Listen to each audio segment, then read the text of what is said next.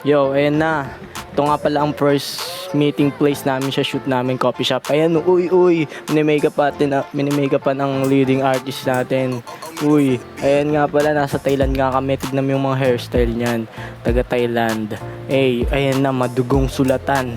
Ito na, sinusulat niya na yung kung sinong tatalon sa building. Ayan na. Yan na nga, seryoso yan. Uy, at yung palang mic namin, kay James yan. Uy, ayan na nga, sinusulat niya na kung sino yung tatalon, kissing scenes, at yung mga sisipain sa building. Ayan na nga, patay na, patay, pak. Uy, ayan ang mga classmate nating magandang babae. Hey,